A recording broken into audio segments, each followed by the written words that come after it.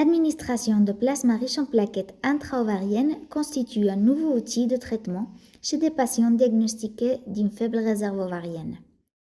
La faible réserve ovarienne représente une baisse de la quantité des ovules obtenus après un traitement de stimulation ovarienne, voire une absence de réponse à cette dernière, ce qui implique une diminution considérable dans la probabilité d'obtenir une grossesse.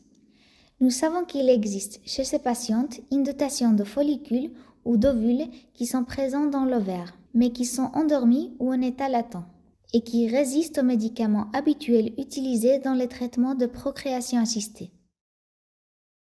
Certaines études sous-entendent qu'ils pourraient être activés en administrant du plasma riche en plaquettes ou PRP dans l'ovaire. Qu'est-ce que c'est le PRP?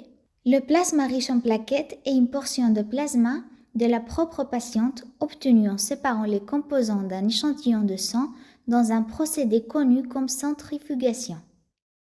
Cette portion de sang contient une concentration élevée de plaquettes qui à son tour libère une grande quantité de facteurs de croissance impliqués dans la réparation de différents tissus, comme la réparation de l'endomètre chez des patients ayant un échec d'implantation et de l'endomètre réfractaire au traitement, et dans ce cas, dans l'activation de l'ovaire. Son application est très rapide et indolore.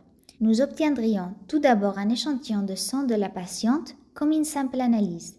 Puis après le traitement dans notre laboratoire, le plasma résultant sera introduit dans les ovaires par une ponction transvaginale sous sédation, avec une vision échographique. Cette technique est similaire à celle réalisée dans la ponction ovarienne pour l'extraction des ovules et pourrait même être réalisée dans le même processus d'extraction d'ovules chez des patientes qui seront soumises à des stimulations suivantes. Après le traitement, la patiente devra rester pendant plusieurs heures en observation, bien qu'aucune hospitalisation n'est nécessaire.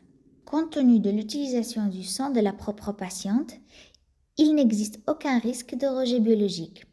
Aucun effet indésirable n'a été reporté et les contre-indications du traitement sont rares. Il faut toutefois prendre en compte qu'aucun traitement disponible n'améliorera la qualité des ovules, car elle dépend principalement de l'âge de la patiente. L'équipe médicale doit donc évaluer l'utilité de sa réalisation en prenant en compte aussi bien la sécurité de la patiente que la probabilité de réussite du traitement.